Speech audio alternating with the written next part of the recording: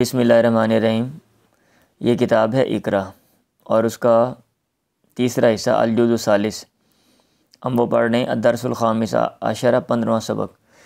تو اس میں ہمارے پیارے نبی حضرت محمد صلی اللہ علیہ وسلم کے حوالے سے ایک دو مضامین ہیں بہت جامع انداز میں۔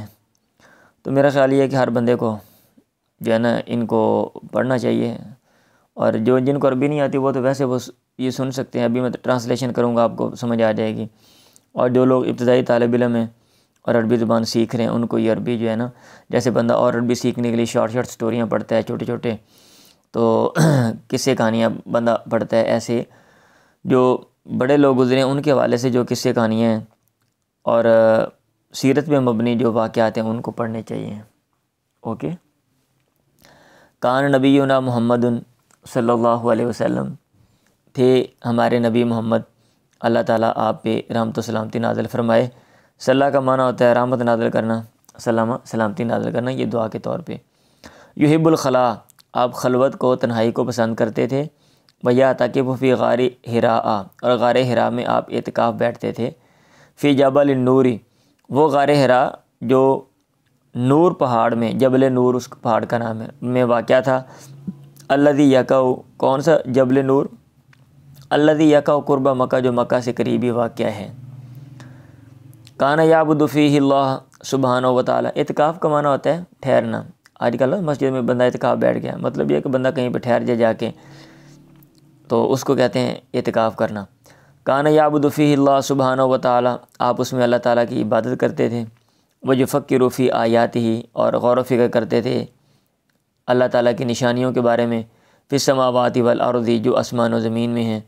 ونعمہ، اور اس کی نعمتوں کے بارے میں۔ التی لا تعد، جن کو شمار نہیں کیا جا سکتا، ولا تحصی، اور گنا نہیں جا سکتا۔ وکان یفکر فی قومہ، اور آپ غور و فکر کرتے تھے اپنی قوم کے بارے میں۔ الذین کانوا یعبدون الاصنام، وہ قوم جو بتوں کی عبادت کرتی تھی، من دون اللہ، اللہ کے علاوہ۔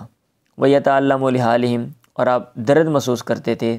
تعلم کا معنی ہوتا ہے تکلیف محسوس کرنا، اسی سے ہے نا علیم، عذاب علیم آتا ہے، دردناک عذاب۔ ویتعلم لحالہم، ان کی حالت کی وجہ سے آپ درد محسوس کرتے تھے۔ وکان یدعو اللہ ان یہدیہم سواء السبیل، اور اللہ تعالیٰ سے دعا کرتے تھے کہ اللہ تعالیٰ ان کی سیدھے راستے پر رہنمائی کرے، ہدایادی رہنمائی کرنا۔ ولما بلغ الاربعین من عمری، جب آپ اپنی عمر کے 40 سال کو پہنچے۔ ارسل اللہ الیہ ملکہ جبریل علیہ السلام، اللہ تعالیٰ نے آپ کی طرف اپنا فرشتہ جبریل بھیجا۔ وہو فی غار حراء، آپ غار حراء میں تھے۔ فی شہر رمضان، رمضان کے مہینے میں، یعنی رمضان کے مہینے کی بات ہے۔ قال لہ جبریل، جبریل نے آپ سے کہا اقرأ، تو پڑھ۔ فاجابہ، آپ نے جواب دیا ما انا بقارئ، میں پڑھنے والا نہیں ہوں۔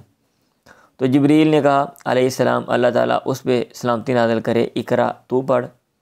قال، آپ نے کہا ما انا بقارئ، میں پڑھنے والا نہیں ہوں۔ فقال لہ جبریل علیہ السلام ثالثۃ، جبریل نے آپ سے کہا تیسری دفعہ اقرأ۔ واحد حاضر کا صیغہ ہے اس لیے میں ترجمہ کر رہا ہوں، ادروائز احترام کے لیے یہ کہنا چاہیے اقرأ، آپ پڑھیں، اقرأ، آپ پڑھیں۔ قالا، آپ نے کہا ما انا بقارئ، میں پڑھنے والا نہیں ہوں۔ ثم قال لہ جبریل علیہ السلام، پھر جبریل نے آپ سے کہا اقرأ بسم ربک الذی خلق، یعنی جبریل نے قرآن مجید کی یہ جو آیات ہیں، ابتدائی آیات یہ پڑھیں جو ابتدا میں نازل ہوئیں۔ آپ پڑھیں اپنے رب کے نام کے ساتھ، الذی خلق، جس نے پیدا کیا، خلق الانسان من علق، انسان کو خون کے لوتھڑے سے پیدا کیا۔ اقرأ وربک الاکرم، آپ پڑھیں آپ کا رب الاکرم بڑا عزت والا ہے۔ الذی علم بالقلم، جس نے قلم کے ذریعے تعلیم دی، سکھایا۔ علم الانسان ما لم یعلم، انسان کو وہ کچھ سکھایا، لم یعلم، جو وہ جانتا نہیں تھا۔ فقرأ نبینا محمد صلی اللہ علیہ وسلم، ہمارے نبی محمد نے، اللہ تعالیٰ آپ پہ رحمت و سلامتی نازل فرمائے، قرأ، پڑھا، یعنی یہ آیات پڑھیں۔ وتعلم هذه الآیات، اور یہ آیات سیکھ لیں، من جبریل علیہ السلام، جبریل علیہ السلام سے۔ ثم عاد مسرعا الی بیتہ، پھر آپ لوٹے، عادی اردو کا معنی ہوتا ہے لوٹنا، مسرعا اس حال میں کہ آپ جلدی کرنے والے تھے، الی بیتہ، گھر کی طرف تیزی سے آئے۔ واخبر زوجہ، خدیجہ، اور خدیجہ تھا، اور اپنی بیوی خدیجہ کو بتایا۔ زوجہ، بیوی کو زوجہ بھی کہہ دیتے ہیں، زوج بھی کہہ دیتے ہیں، تو زوجہ اپنی بیوی کو، زوج کا معنی ہوتا ہے جوڑا، جو ساتھ ہو۔ تو اس زوج کا لفظ بندے عورت دونوں کے لیے آتا ہے۔ اور اپنی بیوی کو خدیجہ کو بتایا بما حدث لہ، اس واقعے کے بارے میں جو آپ کو پیش آیا۔ فتم انت ہو خدیجہ، تو خدیجہ نے آپ کو اطمینان دلایا۔ بہادر عورت تھی اس لیے، ادروائز کو ویسے ڈرپوک عورت ہوتی وہ کہ تیرا بیڑا تر جائے، ہن کرونا نکلیا جائے، اللہ والے ہو کی بن گیا تواڈے نال، وہ دل کدے پٹن لگ پیندی۔ وکالت لو، اور آپ سے کہا ابشر وثبت، خوش ہو جا اور ثابت، آپ خوش ہو جائیں، وثبت اور ثابت قدم رہیں، انی لارجو، مجھے امید ہے، یقیناً مجھے امید ہے، ان تکون نبی ہذی الامتی، کہ آپ اس امت کے نبی پیغمبر بنیں گے۔ وہکذا بدا نزول الوحی علی محمد صلی اللہ علیہ وسلم، اور اس طرح وحی کے اترنے کا آغاز ہوا محمد صلی اللہ علیہ وسلم پہ۔ واختارہ اللہ لہدایت الناس، اللہ تعالیٰ نے آپ کو چن لیا لوگوں کی رہنمائی ہدایت کے لیے۔ وبعث اللہ نبی و رسولہ، اللہ تعالیٰ نے آپ کو بھیجا نبی اور رسول بنا کر۔ دونوں الگ الگ ہیں نا، مطلب اہل علم بعض لوگ تو کہتے ہیں دونوں کا معنی ایک ہی بات فرق کرتے ہیں کہ نبی ہوتا ہے وہ، اور ایک رسول الگ ہوتا ہے، ایک وہ ہوتا ہے جس کو کتاب دی جاتی ہے، اور ایک وہ ہوتا ہے جو پچھلی کتاب کے متحد آتا ہے۔ تو اس لیے دونوں لفظ اس نے لگا دیے، وبعث اللہ نبی و رسول۔ وَأَمَرَهُ أَن يَدْعُوَ النَّاسَ إِلَىٰ عِبَادَةِ اللَّهِ وَحْدَهُ، اللہ تعالیٰ نے آپ کو حکم دیا کہ آپ لوگوں کو اللہ اکیلے کی عبادت کی طرف بلائیں۔ وَأَن يَمْنَعَهُم مِّنْ عِبَادَةِ الْأَصْنَامِ، اور یہ کہ ان کو بتوں کی عبادت سے روکیں۔ وَبَدَأَ نَبِيُّنَا صلی اللہ علیہ وسلم، اور ہمارے نبی شروع ہوئے، آپ نے آغاز کیا، یدعو الناس الی عبادۃ اللہ وحدہ، آپ لوگوں کو اللہ اکیلے کی عبادت کی طرف بلاتے تھے۔ ویمنع من الشرک، اور ان کو شرک سے روکتے تھے۔ و عبادت الاصنام، بتوں کی عبادت سے، و ظلم، اور ظلم سے۔ ظلم کا معنی ہوتا ہے کمی بیشی کرنا، کسی کی حق تلفی کر لینا۔ فآمن بہ نفر قلیل، تھوڑی سی جماعت، نفر کا معنی جماعت ہوتا ہے، آپ پر ایمان لے آئی۔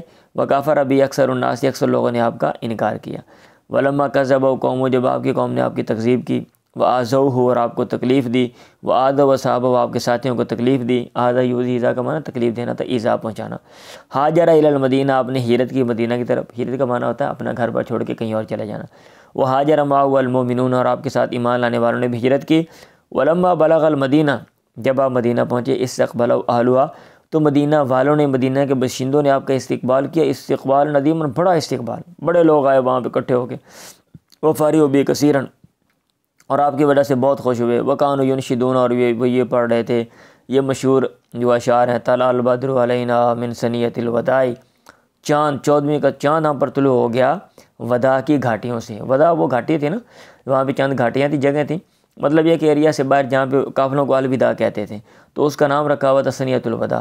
اور یہ اگر کوئی قافلہ آتا تھا وہاں سے نظر آ جاتا تھا کہ قافلہ پہنچ گیا ہے، تو اس لیے چونکہ جیسے ہی آپ پہنچے تو جیسے کوئی چاند طلوع ہوتا ہے نا، ایسے آپ کو چاند کے ساتھ تشبیہ دے کے انہوں نے کہا طلع البدر علینا، چاند ہم پر طلوع ہوا ہے من ثنیۃ الوداع، وداع کی گھاٹیوں سے۔ واجب الشکر علینا، شکر ادا کرنا ہم پر واجب ہے، خدا کا شکر ادا کرنا۔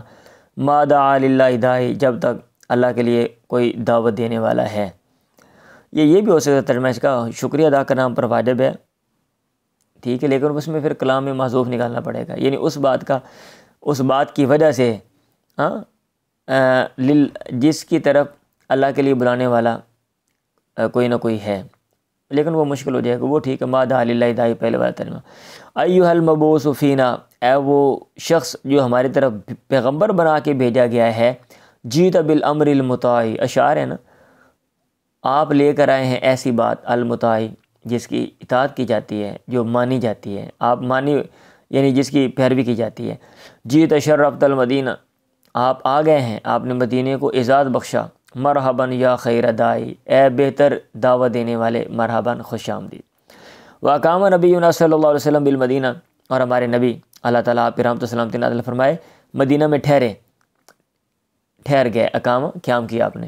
وبنا مسجد، آپ نے اپنی مسجد تعمیر کی۔ وبقیہ، آپ باقی رہے، ٹھہرے۔ ید الناس الی اللہ، لوگوں کو اللہ کی طرف بلانے لگے۔ ویعلمہم الاسلام، اور ان کو اسلام کی تعلیم دینے لگے۔ وبقیہ یجاہد الکفار والمشرکین، اور آپ باقی رہے، کفار اور مشرکین سے جہاد کرنے لگے۔ حتی فتح اللہ لہ مکہ، یہاں تک کہ اللہ تعالیٰ نے آپ کے لیے مکہ کو کھول دیا، مکہ کے دروازے کھول دیے، یعنی فتح کر دیا۔ وانتشر الاسلام، مکہ فتح ہو گیا اور اسلام پھیل گیا۔ انتشر الاسلام فی الارض، زمین میں۔ وجعل الناس یدخلون فی دین اللہ افواجا، اور شروع میں لوگ اللہ کے دین میں داخل ہونے لگے افواجاً، فوج در فوج، افواج کی شکل میں۔